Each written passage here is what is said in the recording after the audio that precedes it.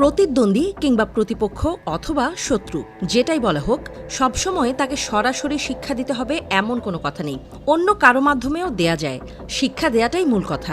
বলা হয় যুদ্ধ ও খেলায় ফলাফলটাই নাকি আসল, কৌশল যাই হোক না কেন।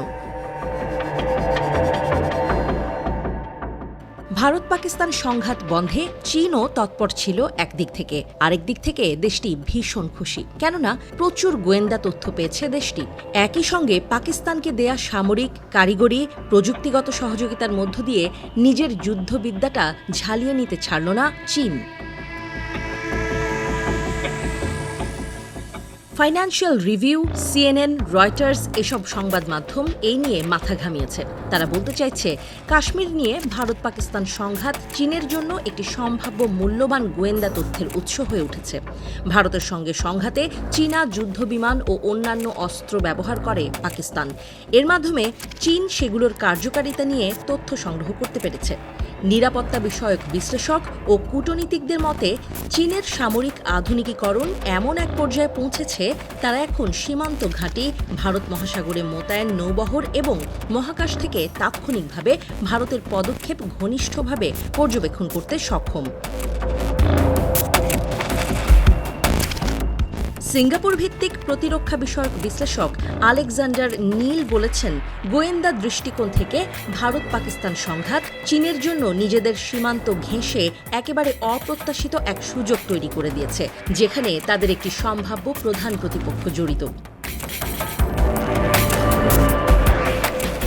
দুই মার্কিন কর্মকর্তা বলেছেন, চীনের তৈরি J-10 নামে একটি পাকিস্তানি যুদ্ধবিমান ভারতের অন্তত 2টি যুদ্ধবিমান ভূপাতিত করেছে, যার একটি ফ্রান্সের তৈরি রাফাল।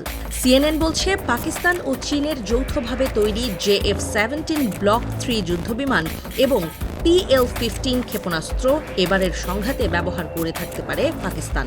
ভারত তাদের কোনো যুদ্ধবিমান ভূপাতিত হওয়ার কথা এখনও স্বীকার করেনি, তবে পাকিস্তানের প্রতিরক্ষা ও পররাষ্ট্রমন্ত্রী J-10 যুদ্ধবিমান ব্যবহার করার কথা নিশ্চিত করেছেন। যদিও ভারতের বিরুদ্ধে সংঘাতে কোন কোন ক্ষেপণাস্ত্র বা কি অস্ত্র ব্যবহার করেছেন সে বিষয়ে কিছু জানাননি। আকাশযুদ্ধ সব দেশের সামরিক বাহিনীর জন্যই বিরল এক সুযোগ। আকাশ যুদ্ধের মাধ্যমে তারা বৈমানিক যুদ্ধবিমান এবং সক্রিয় যুদ্ধে আকাশ থেকে আকাশ পদ্ধতির ক্ষেপণাস্ত্র কতটা কার্যকর তা পর্যবেক্ষণ করতে পারে এবং সেখান থেকে পাওয়া জ্ঞানের আলোকে নিজেদের বিমান বাহিনীকে যুদ্ধের জন্য প্রস্তুত করতে পারে।